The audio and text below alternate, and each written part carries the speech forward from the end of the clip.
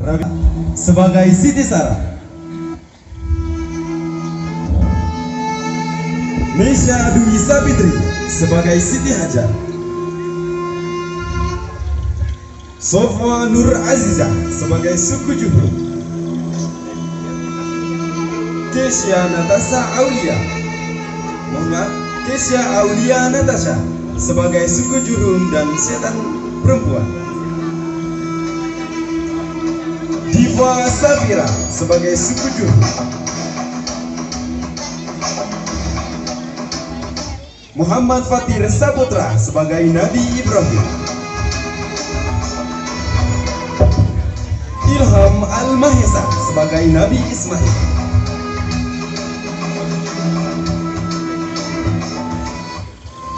Muhammad Fatan Ramadan sebagai Malaikat Jibril,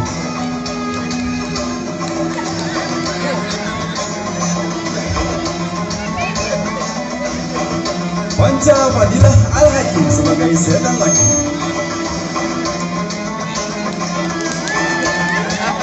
Abdul Karim sebagai Kepala Suku Juhur, Riftahul Al-Arshi sebagai Suku Jurhum dan Domba.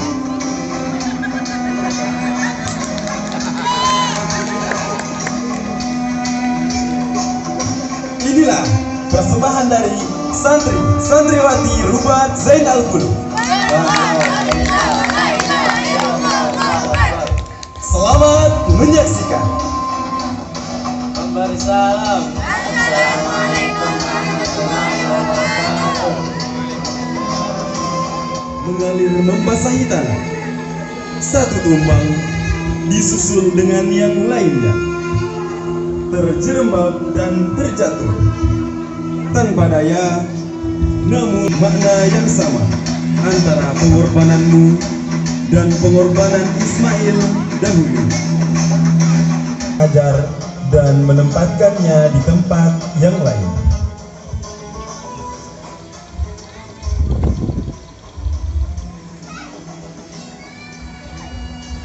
Janganlah kau tinggalkan saya dengan bayi yang tidak berdosa ini, suamiku.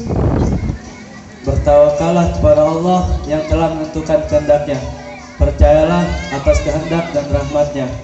Dialah yang memerintahku untuk membawamu ke sini, dan dialah yang akan menyertai dan melindungimu di tempat yang sunyi ini. Haruskah saya diam di sini, suamiku? Percayalah, Allah akan selalu menjaga umatnya. Siti Hajar melepaskan kepergian Nabi Ibrahim dengan gejolak jiwa. Kemudian Siti Hajar meletakkan bayi Ismail yang mulai menangis dan bersedih. Siti Hajar tampaknya menoleh ke arah kanan dan menoleh ke arah kiri untuk mencari air.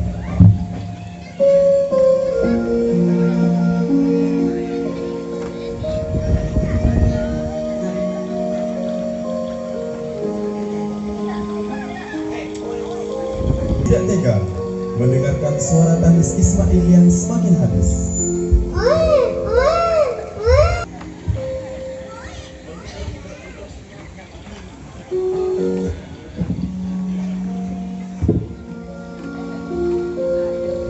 Siapakah engkau sebenarnya?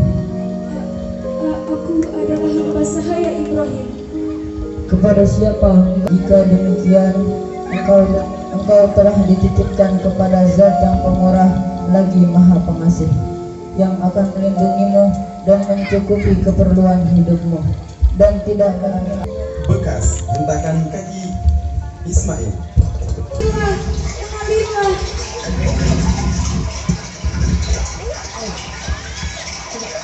Dan saking gembiranya Siti Hajar, sambut ia mempula terlihat wajah putranya yang segar kembali. Demikian pula wajah sang ibu yang merasakan sangat bahagia dengan kedatangan mukjizat dari Allah Subhanahu wa Ta'ala yang mengembalikan kesegaran hidupnya kepada putranya. Sesudah dibayang-bayangi oleh bayangan, Ya Allah, terima kasihlah atas pemberianmu dan pertolonganmu.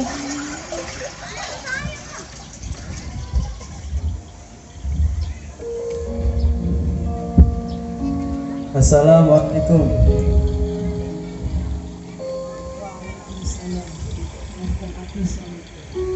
Semua itu perintah dari Allah Subhanahu wa taala. Tidak ada keraguanku untuk menjalankan perintahnya, sekalipun harus membawa Siti Hajar ke tempat yang kosong di tengah padang pasir. Tapi itu semua kemauanku, perasaan rendah hatiku kepadamu. Kehendak Allah pasti yang terbaik untuk kehidupan kita semua. Tidak usah menyesal dan menyalahkan dirimu sendiri. Berdoalah pada Sang Pemberi kehendak. Lalu bagaimana dengan keadaanmu di sana? Semua sudah ada yang mengatur. Hilangkan rasa kesedihanmu itu. Sidi salah menyesali perbuatannya karena di gurun pasir yang gersang nampaklah orang-orang sedang berlalu lalang. Di antaranya adalah suku Juhrum yang juga sedang berlalu di sana.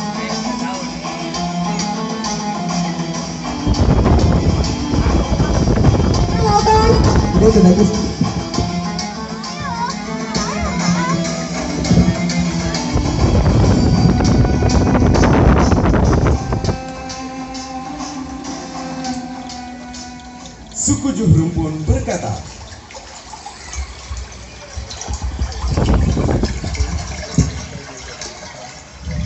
Allah Akbar, Allah Akbar, Allahu Akbar. Allah Akbar. Saudara-saudara ini, Kami di suku Juhrum. Kajian apa yang telah terjadi dengan gersang kini penuh dengan air yang mengenang? Kewajiban ini selamat luar biasa. Kalian hanya berdua. ya saya hanya berdua. Cukup saudaraku, apa yang telah terjadi? Sudah lama kami tinggal di sini, sampai saatnya kami merasakan hidup kosong, tanpa akar pohon, ranting, dan daun. Berkat kepada Tanya. Bolehkah kami meminta air ini untuk dipergunakan? silahkan, tapi dengan tetap menghargai dan berakhlakul karimah. Terima kasih. suku Juhrum pun tercengang-cengang karena melihat mukjizat yang begitu luar biasa. Karena di tanah tandus putranya yang dia sayangi. Assalamualaikum. Waalaikumsalam, Abi. Wah, sudah besar kali kamu, nak. Iya, Bi, ibuku merawat dengan baik. Apa kabar Abi? Alhamdulillah, baik, nak. Ayo, Bi, duduk, Bi.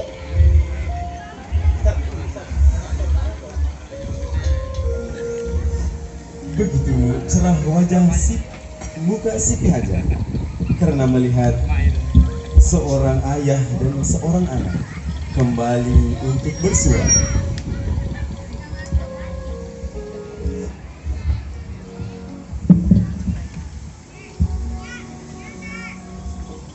Ternyata dengan kecemasan yang lalu telah menghilang karena kedatangan Nabi Ibrahim untuk menjenguk putranya Ishak. Ibu, ayo, Bu, kita tinggalkan Abi. Biar Abi istirahat.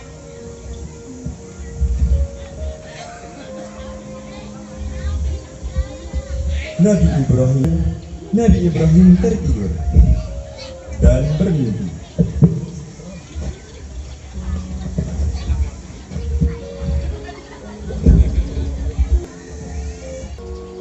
Astagfirullah, ampunilah dan lindungilah hamba-Mu ini ya Allah.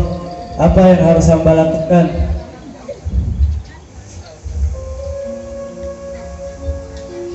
Mimpi ini terjadi sebanyak 3 kali hingga pada akhirnya membuat Nabi Ibrahim yakin bahwa mimpi ini benar. Datangnya darimu.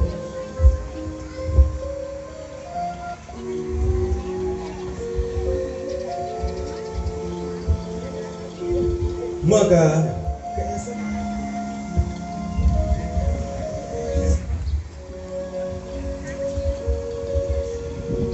Wahai istriku Siti Hajar, tolong kamu pakaikan Ismail anak kita pakaian yang rapi dan bagus, dan dandangilah dia supaya lebih cakep, karena aku akan pergi berziarah bersamanya.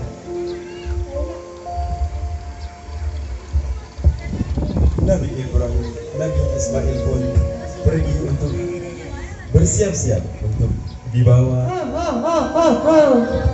Wahai Ibrahim, Apakah kau tidak memperhatikan badannya yang gagah, parasnya yang tampan, dan juga perilakunya yang sopan santun?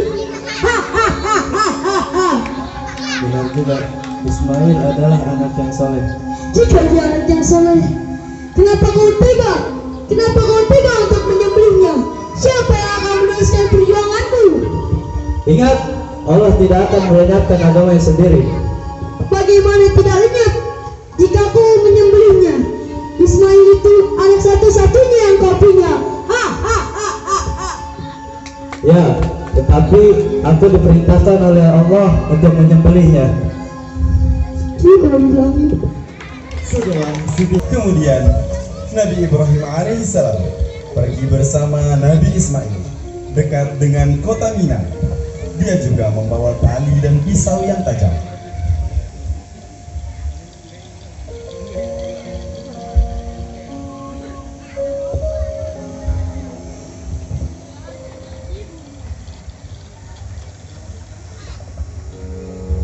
Semoga keselamatan selalu menyertai wahai suami dan anakku.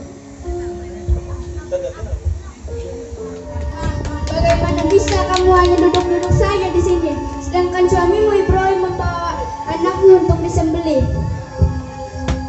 Jangan berdusta. Aku tahu seorang ayah tidak akan menyembelih anaknya sendiri. Tahukah kamu, suamimu Ibrahim membawa tali dan pisau untuk menyembelih anakmu. Dia mengira Tuhan yang telah menyuruhnya. Nabi tidak diperintahkan untuk mengerjakan yang sia-sia. Tapi jika memang Allah menurut perintah itu, aku sendiri bersedia untuk menurut perintah itu dengan jiwaku sendiri. Bukan hanya jiwa, tapi malah anakku rela kukorbankan demi Allah Subhanahu wa Ta'ala. Dasar susah. Usaha setan mulai Ismail berjalan. Selanjutnya setan pun datang. Wahai Ismail, nampaknya hari ini kau tampak senang. Sedangkan ayahmu Ibrahim, dia membawa tali dan pisau yang tajam untuk menyembelihmu. Jangan berdusta, hai iblis. Mengapa ayahku hendak menyembelihku? Dia mengira Tuhannya telah menyuruhnya untuk itu. Tuhannya telah menyuruhnya untuk menyembelihmu. Hati perintah Tuhanku. Sebelum setan kembali berucap, dilemparkan batu tepat di mata setan. Setan pun menghilang. Bapak anak samanya.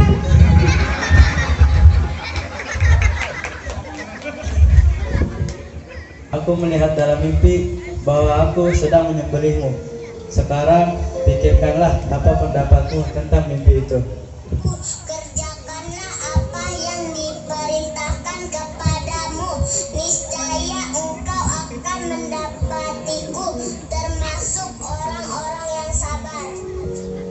Bangga aku memiliki anak yang berbakti kepada orang tua dan taat menaati perintah Tuhannya, bahkan rela merelakan dirinya untuk menjalankan perintah Allah.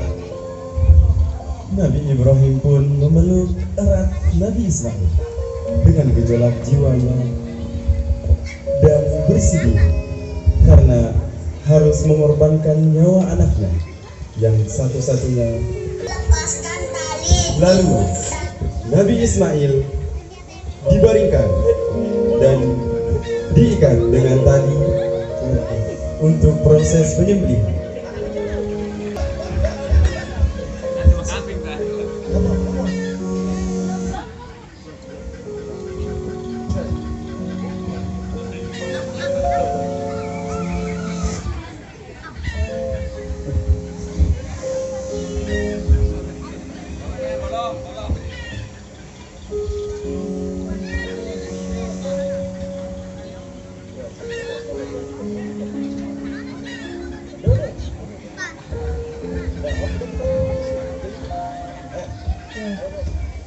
Wahai ayahku, lepaskan tali di Sambil mengasah pisaunya, kakiku agar Allah tidak memandang aku sebagai orang yang terpaksa mentaati perintah Tuhannya.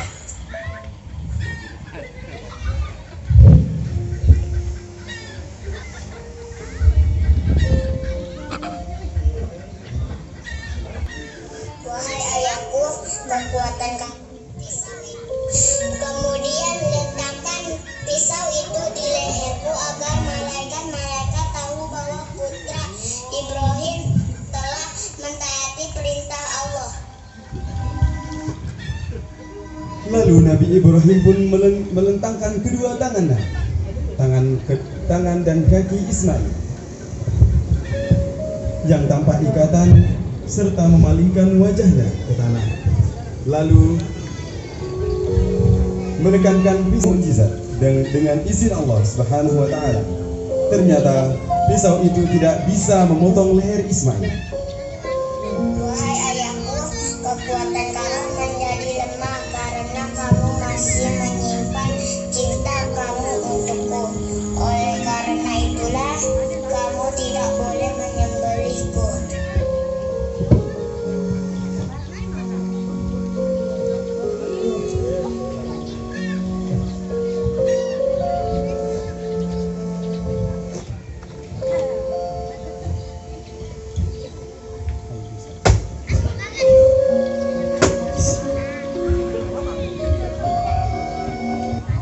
Hai pisau, mengapa engkau bisa membelah batu itu menjadi dua, sedangkan engkau tidak bisa membelah leher anakku?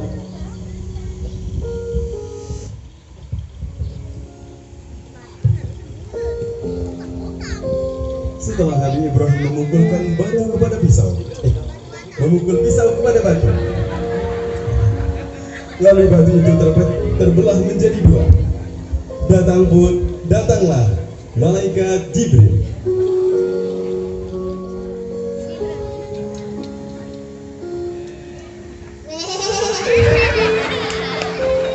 Wahai Ibrahim, engkau telah berhasil melaksanakan mimpimu.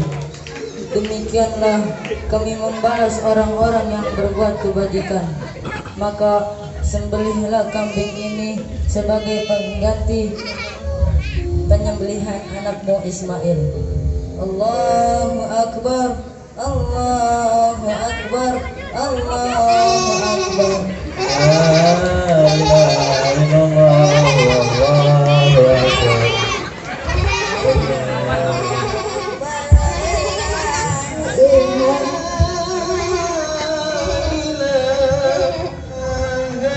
Kemudian sebagai tembusan ganti nyawa Ismail yang telah diselamatkan itu, Allah memerintahkan Nabi Ibrahim menyembelih seekor kambing yang telah tersedia di sampingnya, dan segera Nabi Ibrahim memotong domba tersebut dengan parang yang tumpul di leher putranya.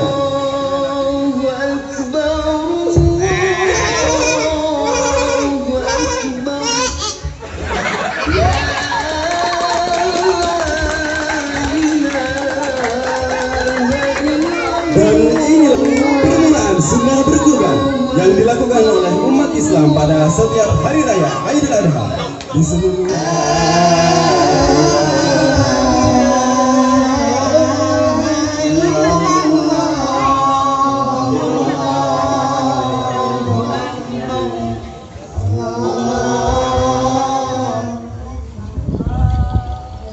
Berilah tepukan yang guru kepada adik-adik kita semua untuk menyambut hari raya Idul Adha.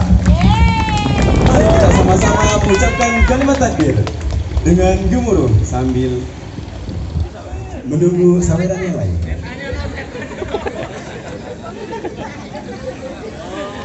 Allahu Akbar, Allahu Akbar, Allahu Akbar. La